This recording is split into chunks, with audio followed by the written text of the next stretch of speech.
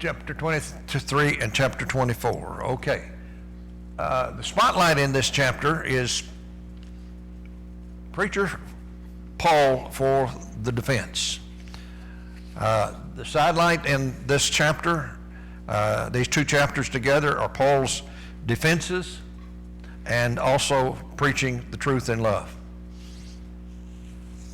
The highlights for this particular chapter include Paul's defense before the council, the plot against Paul's life.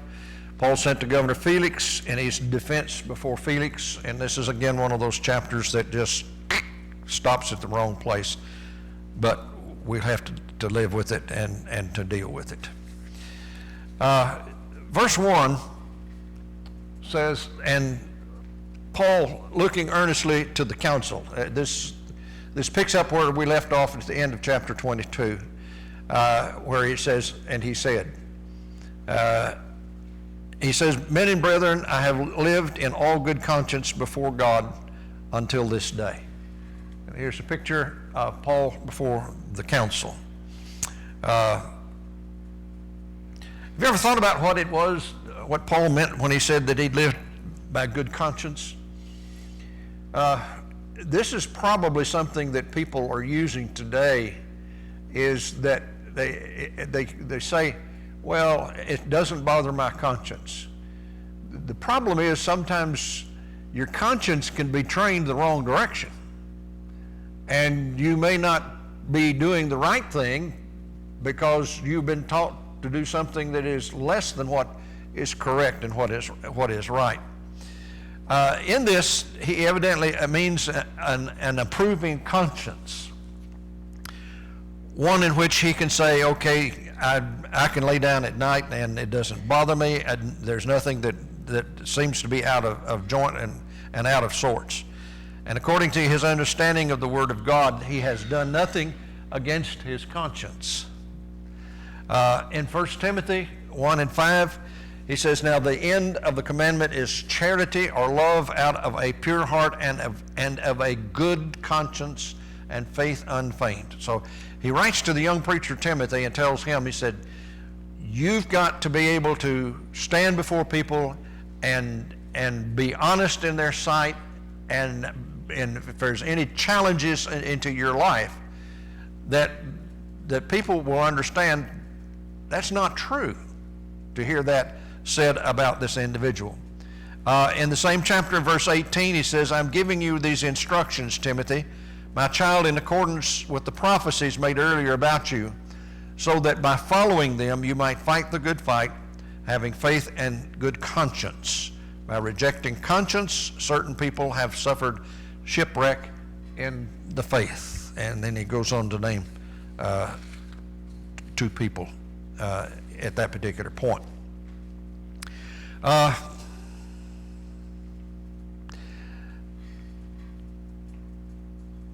In 1 Peter 3 and 15, he says, in your heart sanctify Christ as Lord, and always be ready to make your defense to anyone that demands from you an accounting of the hope that's in you. Yet do it with gentleness and reverence, and keep your conscience clear, so that when you are maligned, those who abuse you for your good conduct in Christ may be put to shame. It is amazing. A saying that I picked up early in my life was kind of, it sounds kind of strange, in the fact that I'm trying to remember exactly where I got it. I think I got it from Ralph McGill, who was the editor of the Atlanta Constitution. He always had some kind of wise saying in the front of the paper every day. I believe that's where this one came from. It says, people do not throw rocks at trees that do not bear fruit. Now, you don't see people standing out here throwing rocks up in these magnolia trees. You won't find people throwing rocks up in maple trees unless there's something that's up there they want down. But people will stand there and throw rocks until the last apple's off an apple tree. And I remember that when we lived in Barnesville, Georgia, we had pecan trees in our backyard. And it just bothered me to no end that there was still a pecan on that tree that I couldn't get to. And I'd use my BB gun, I'd throw rocks, I'd throw pieces of stick in order to try to get those. And you have to remember that when people are doing good, no matter who they are, no matter what venue that they may be in, people are going to criticize, they're going to shoot at, they're going to throw sticks at you. And this is what Paul is talking about, having a good conscience.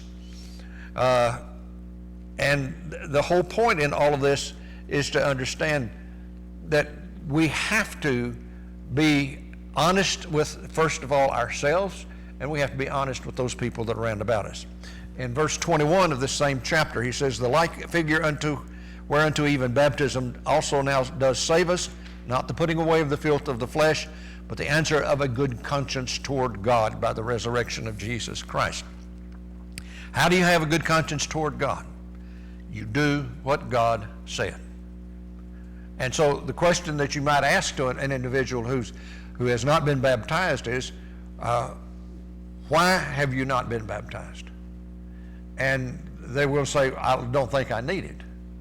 But why does God in his word insist upon it?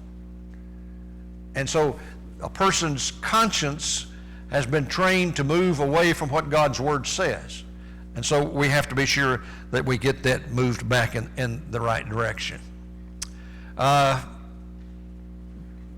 would Paul make this kind of declaration? Well, he'd been charged with neglecting the law of Moses and teaching others to neglect it. And in reply to this charge, he makes the strong affirmation that he's always conscientiously kept the whole law of God as he understood it. So this is a point that we have to make with individuals when we're talking to them about Christ and God's word. Verse 2 says, the high priest Ananias ordered those standing near him to strike him on the mouth. Now, here's a picture that kind of depicts that a little bit. Why do you think that the high priest would give this kind of order? Well, it was implied that Paul had spoken falsely and insultingly to the judge that was there, who was the high priest. And evidently, in the circumstance, the high priest was not in his high priest garb. Otherwise, Paul would have been able to recognize who he was. And maybe at this particular point, the high priest was kind of keeping a low profile and just kind of merging in with the rest of the crowd that was there. Verse 3, Paul said,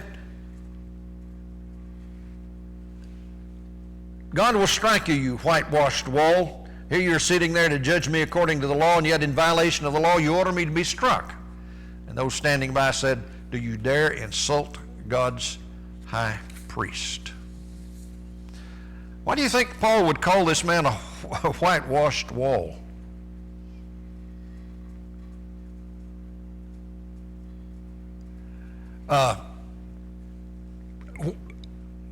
What do you remember in the scriptures about things that were whitewashed? Do you remember what Jesus said? In Matthew 23, verse 27 says, woe to you, scribes and Pharisees, you're hypocrites, for you're like whitewashed tombs, which are on the outside they look beautiful, but inside they're full of the bones of the dead and all kinds of filth. And so you also on the outside look righteous to others, but inside you're full of hypocrisy and lawlessness. And according to Josephus, this Ananias was killed by an assassin very soon after this particular event, the one in the book of Acts. Paul makes a comment. He says, I did not understand, I did not realize, brothers, that he was the high priest, for it is written, you shall not speak evil of a leader of your people. Maybe that's a passage that we need to transpose over into the New Testament for elders of the church, because certainly they get a lot of criticism sometimes that is unjust to a great extent. And so what does Paul mean by this statement that he didn't know who this was.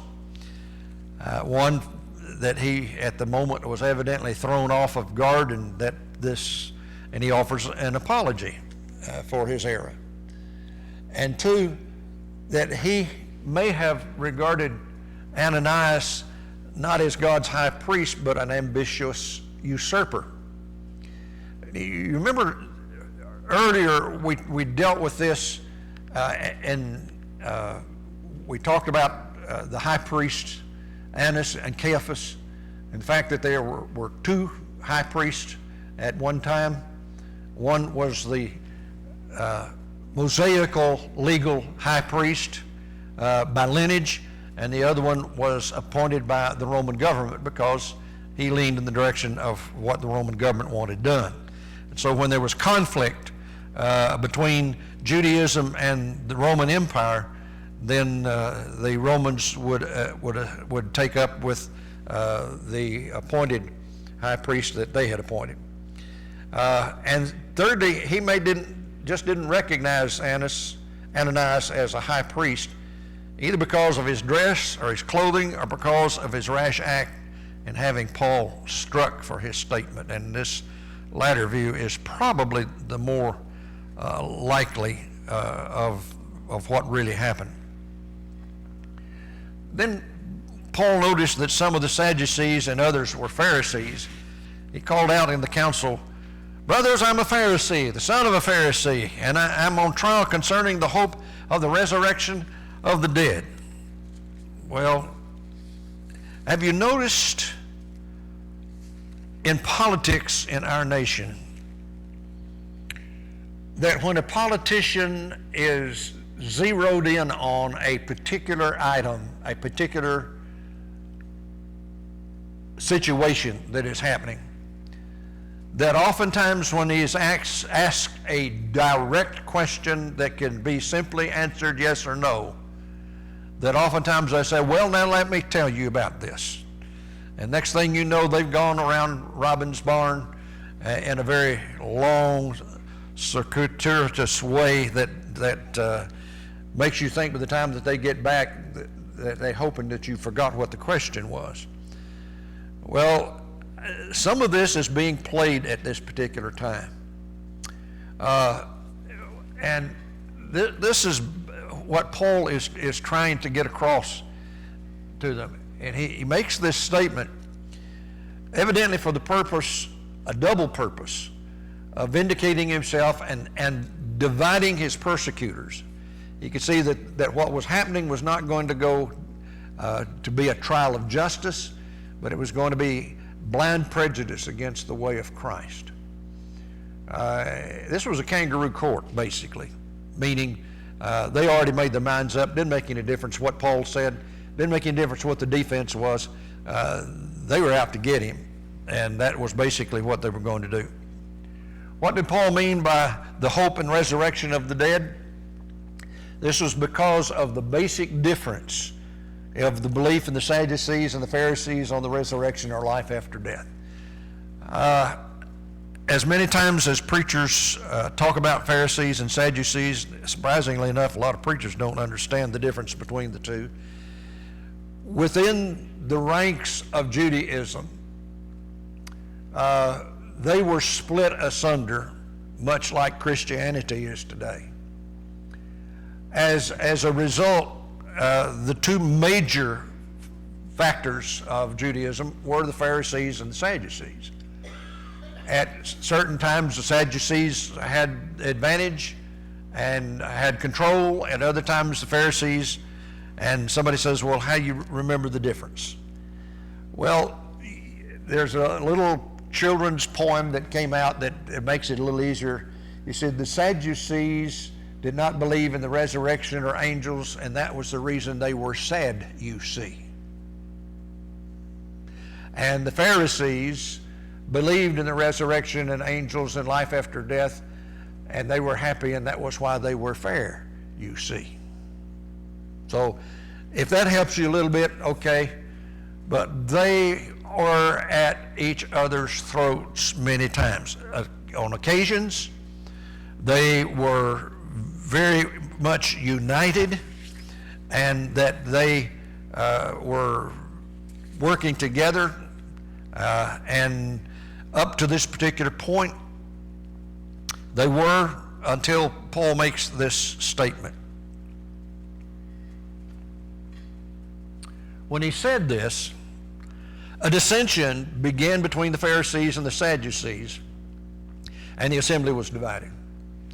The Sadducees say there's no resurrection or angel or spirit, but the Pharisees acknowledge all three. In the book of Matthew, chapter 22, beginning with verse 23. The same day, some Sadducees came to him saying there's no resurrection. They asked him a question, and they said, "Teacher, Moses said, when a man dies childless, his brother shall marry the widow and raise up children for his brother."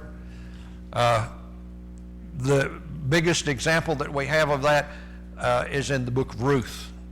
And if the person who is supposed to marry the widowed woman doesn't want to, he literally throws his shoe down, and that releases him from being bound to do this.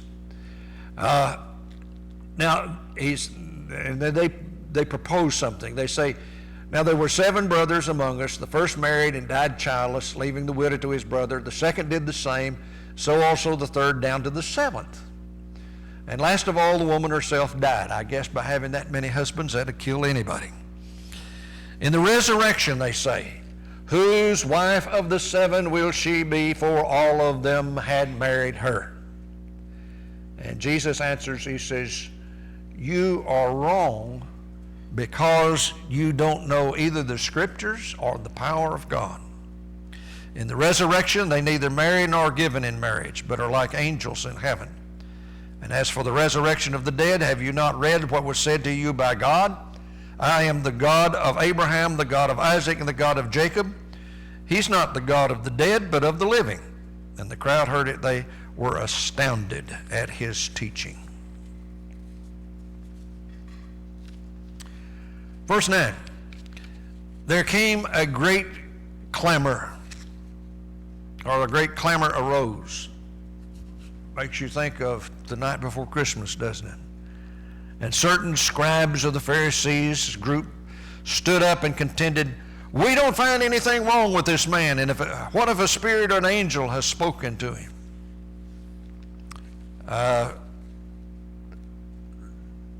That's like throwing gasoline on fire. Verse 10 says, "When the dissension became violent, the tribune, fearing that they would tear Paul to pieces, ordered the soldiers to go down and take him by force and bring him into the barracks." Here's a little something that I thought would be interesting to note. What can we learn from this paragraph touching the power and the influence of party spirit? The answer is that party spirit at times will supersede both loyalty to God and truth and honesty. If you don't believe that's true, I hope that you watch both the Democratic and the Republican conventions this year. You will find a tremendously partisan group at either one of those. And that's where our nation is right now. If one group says that's up, the other one says no, that's down, and if the other one says this is down, the other one says no, that's up. And they're just at each other's throats at all times. Makes me want to run for president on the conditions that no senator, nobody is ever elected to office anywhere in the United States for more than 2 terms, period. If that's true for the president, it ought to be true for everybody else. So that means in 8 years, you got to do all that you got to do, or you're going to do. Well, I probably wouldn't get elected. I don't think they'd care for that. That night, the Lord stood near him and said, "Keep up your courage, for just as you have testified for me in Jerusalem, you must also bear witness in Rome." Now, why do you think that at this time the Lord would appear to Paul and give him this kind of assurance. Why didn't he knock some of the Sadducees down with a bolt of lightning and help Paul at that particular time? Well, I think that at this particular point, Paul is like the rest of us. He's probably a little discouraged. He knows that these people are out for blood. They don't care if they even kill him. This is definitely a very difficult time for Paul, and he didn't know what was going to be the outcome of this. He knew that it had been prophesied in his presence that when he came to Jerusalem, these things were going to take place. And he made comment even that he was ready to die if it was necessary. And I think what's happening here is God assures him that he's not going to die, that he's still got something left for him to do yet. This was time for Paul to have this assurance of what was happening, that God was in control, and that Rome was his destination, and he would not die in Jerusalem. In the morning, the Jews joined in a conspiracy and bound themselves by an oath neither to eat nor drink until they had killed Paul, and there were more than 40 who joined in this conspiracy. That's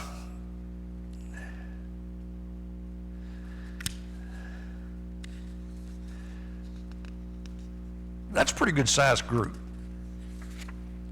You could sort of understand 5 or 6 people, even just maybe 2 or 3, but to have a group of 40, that's going to take some doing to kind of do them in. Here's the group that got together and decided that they're going to kill Paul. What does this mean when the scripture says by binding themselves under a curse or by an oath, depending on which translation that you're using? It probably means that they made an irrevocable vow that they were going to kill Paul, regardless, whatever it took, whenever it was, and they were going to be the ones that were going to do it. And they would call upon themselves the curse of God if they did not do this. This was a very, very serious vow that they had taken. And their proof of sincerity was that they would not eat nor drink until the deed was done. Well, I guess they starved to death. You know, sometimes you might make a statement of trying to do something, wanting to do something, and circumstances prevent you from doing that. Fortunately, the Roman government puts a kink in their plans. There are several things that happen, I think, that are on the level of God intervening and saying, okay, this needs to be done to stop all of this foolishness that's going on. So this group of men, they go to the chief priests and the elders and say, now we've strictly bound ourselves by an oath to taste no food until we've killed Paul. And now then, you and the council must notify the tribune to bring him down to you on the pretext that you want to make a more thorough examination of his case. And we're ready to do away with him when he arrives. So they're going to ambush him and kill him. Well, they'd tried this before and it didn't work. They thought they had stoned him to death and it didn't work. Why would they include the elders and the high priest in all of this? What was it? Why would they tell the religious leaders? The obvious answer is in order to gain the approval. After all, the Sanhedrin was upset at Paul, and these guys, in making this plot against Paul, would probably think in their own minds, well, if we're upset and they're upset, then they'll probably go along with this, and we'll sort of sort of get some kind of official sanction to what's going on. Now, we've mentioned that this was a very serious vow. The Bible and the Old Testament talks about vows. In the book of Deuteronomy, chapter 23, beginning with verse 21, if you make a vow to the Lord your God and do not postpone fulfilling it, don't put it off, for the Lord your God will surely require it of you, and you will incur guilt. But if you refrain from vowing, you will not incur guilt. In other words, you're better off not making a vow. Whatever your lips utter, you must diligently perform, just as you have freely vowed to the Lord your God with your own mouth. What was involved here is that this group of men, these 40 individuals, knew that the council was extremely prejudiced against Paul and would probably approve their plot to kill him. They may have also been getting hungry and decided we better get on with this if we're going to do this. Verse 16. Now the son of Paul's sister heard about the ambush, so he went and gained entrance to the barracks, and he told Paul what he'd heard. I guess the real question here is, how was he where he could hear what was going on? I don't know, other than the fact that sometimes you overhear conversations that were not intended for you, right? And sometimes you know more than what goes on. Now, in counseling as a preacher, more often than not, we know more than what people are telling us. And that's the only way you can really help them. Because oftentimes they don't want to reveal the part where they're wrong.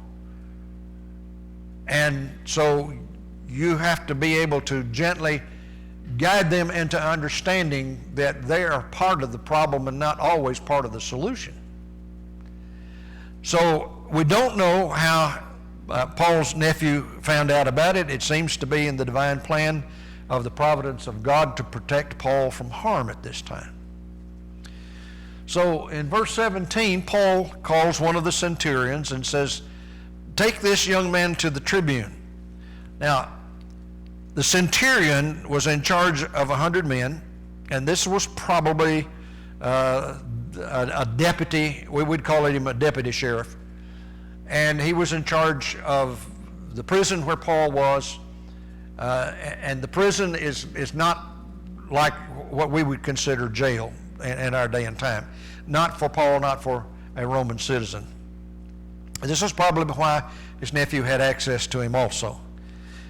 So he tells the centurion, take this young man to the tribune, who is the higher up and the one probably in charge of all of this. Claudius Lysias is probably the tribune. He's given at least a couple of different titles here in the book of Acts. He says this young man's got something to report to him. So then we look at these verses together, starting with verse 18. So he took the young man and brought him to the tribune and said, now the prisoner Paul called me and asked me to bring this young man to you because he's got something to tell you. The tribune took him by the hand, drew him aside privately, and said, what is it you have to report to me? And the young man answered and said, the Jews have agreed to ask you to bring Paul down to the council tomorrow as though they're going to inquire or question him more thoroughly in his case. But do not be persuaded by them, for more than 40 of their men are lying in ambush for him, and they bound themselves by an oath neither to eat or drink until they kill him. And they are ready now and waiting for your consent. So the tribune dismissed the young man and ordered him, don't tell anybody that you have informed me of this. Why would the tribune or the commander take the boy by the hand and pull him into a private place? Well, for probably a number of different reasons, and more likely to keep from frightening the boy. We're not told what age this boy is, but evidently he is old enough to where the message that he delivers is believable, and he may keep him from being frightened from being around several heavily armed men around.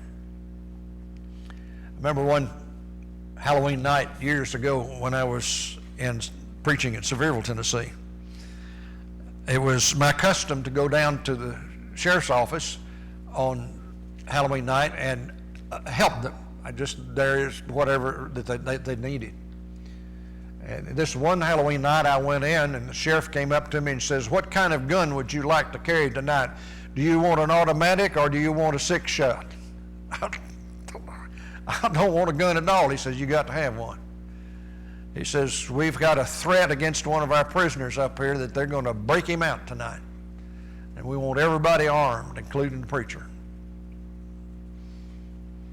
Well, I looked down the hall, and here was a guy with a shotgun and pistol. And I looked around the corner. At the top of the steps stood a guy with a submachine gun.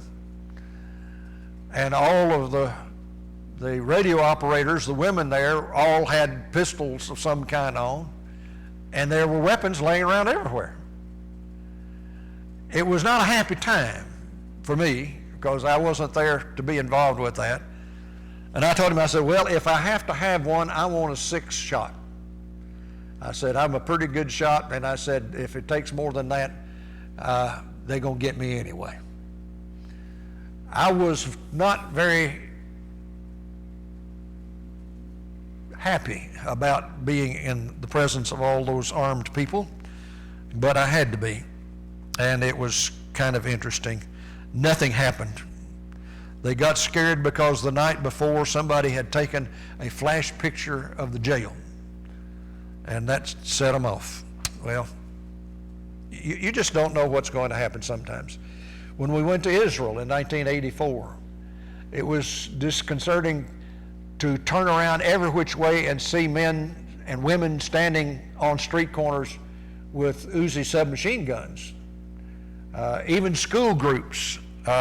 When we were on Masada, there was a school group that followed us up, and the teacher in the front, and either the teacher or the parent or the guard at the back both had Uzi submachine guns. Kids didn't seem to mind it. It bothered us a little bit, but not a whole lot, because nobody was shooting them, and that was something we were very thankful about. Why do you think Claudius would tell him not to tell anybody that he had talked to the Roman soldiers?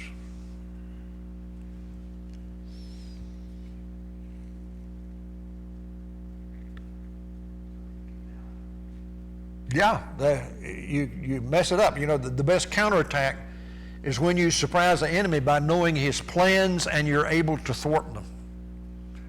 Well, I was going to do this. Well, you can't do that anymore because we're in your way.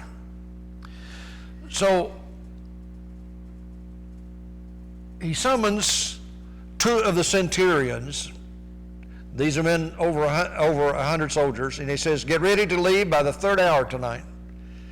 We're going to Caesarea with 200 soldiers, 70 horsemen, and 200 spearmen."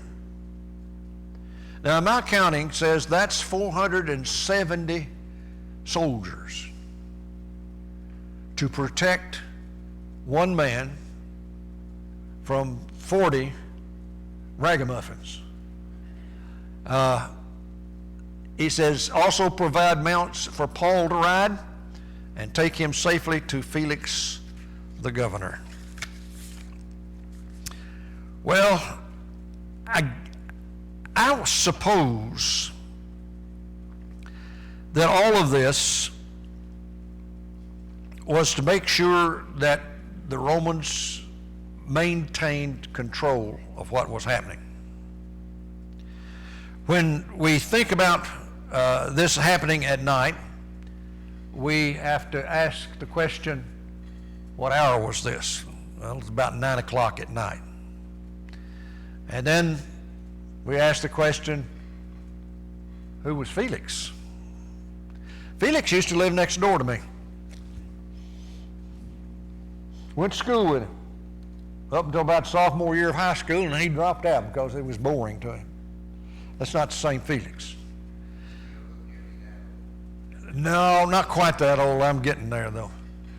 Felix was the procurator of Roman governor of Judea, whose palace or residence was at Caesarea. There was a presence in Jerusalem, and there was also the residence at Caesarea. Caesarea was totally a Roman enclave. This is where they assembled the troops. This is where they could go to the north or to the south or to the east. They didn't go to the west because the Mediterranean Sea was there.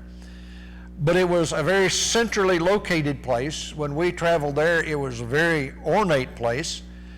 It had been lost through time to humanity because the sands of the ocean had blown in and basically covered it up.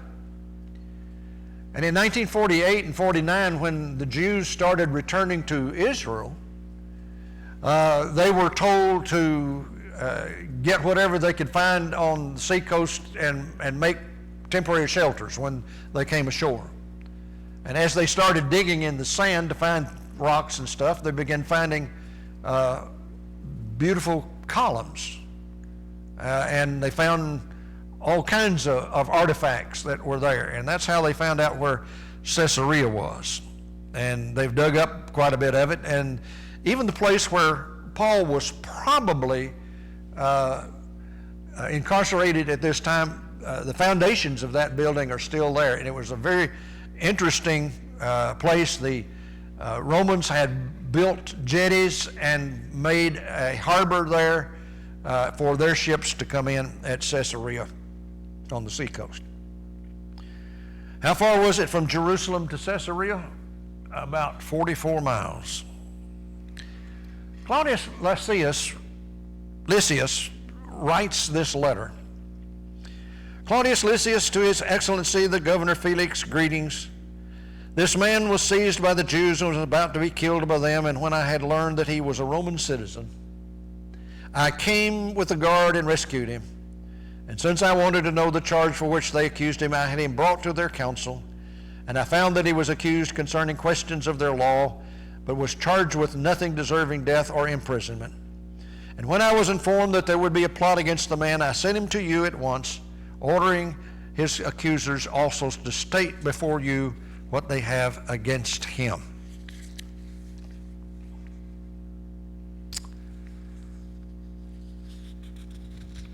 Well, you know the story a good bit. And what happens in this is like most government reports. They don't quite tell everything as it actually is. Because oftentimes what you want to do is make a report to your superior that makes you look good. And that's exactly what Claudius Lysias does. What does he imply in verse 27? That he'd come to the rescue of a Roman citizen. When did Lysias find out that Paul was a Roman citizen? At the time that Paul was about to be beaten to get information from him. So in all of this, why would Lysias not tell the whole truth of the matter? It's very obvious. It was to save his own hide. He was about to beat a Roman citizen, and there was a riot about to happen in his jurisdiction, and he was responsible for all of it, and he was trying to make himself in the best light to his superior. Well, if Lysias really thought that Paul was innocent, why didn't he turn him loose at once? Simply, Lysias was looking for some way to protect himself and to look good in the eyes of the new governor. It was a way for him to be seen, and evidently it was a political move on his part. Next question would be, why did Lysias send Paul to Felix so quickly?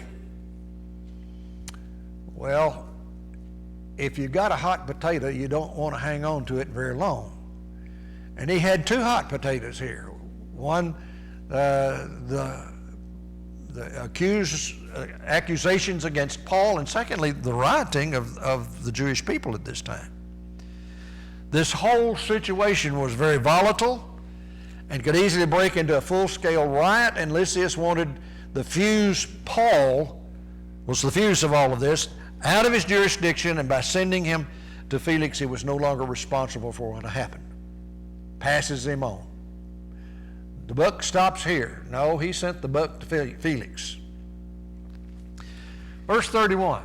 So the soldiers, according to their instructions, took Paul and brought him during the night to Antipatris. Now, where is Antipatris? Here it is on close, about halfway between Jerusalem and Caesarea. So they're moving on. This is evidently before daybreak.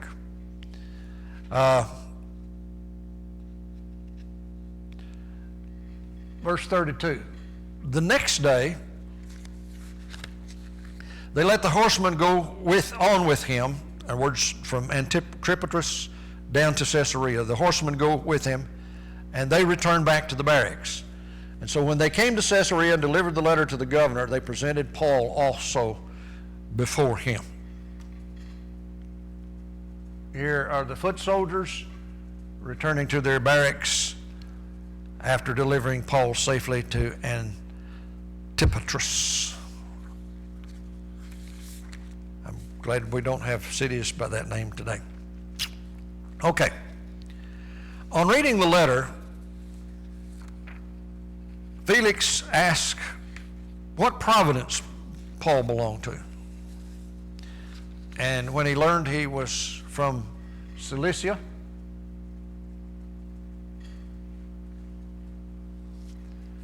he does something very interesting. Why do you think maybe Felix would ask Paul this? I personally think that it was just another way to confirm this was a Roman citizen and not just somebody wanting special privileges. Something's up for the tribune in Jerusalem to suddenly take 470 soldiers and take many of them down to Antipatris and then bring on these horsemen on down to Caesarea.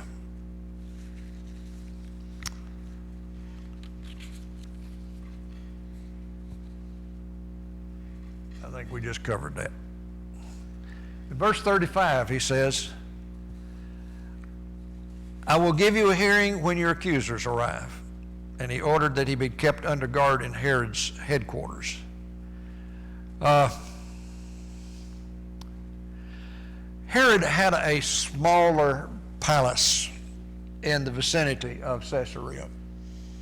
Remember, it was either last week or week before last that I showed you the aqueducts that were there. These aqueducts supplied the springs and the baths that were there. They showed us that the Romans had heated baths. And what they would do is they would build a rock platform, put many different little posts, and make a second flooring of rock. And then they would seal this and fill it with water, and then they would build a fire, and the fire would heat the area underneath the second floor, which would heat the water. And so they had hot baths, or public hot baths, whatever that you'd want to call them. And so this would have been sort of the praetorium of Herod that was now occupied by Felix. He didn't mess with the Romans. They were just there to tolerate the Romans themselves. All right, we are at the end of chapter 23, and we are going to get into chapter 24 tonight.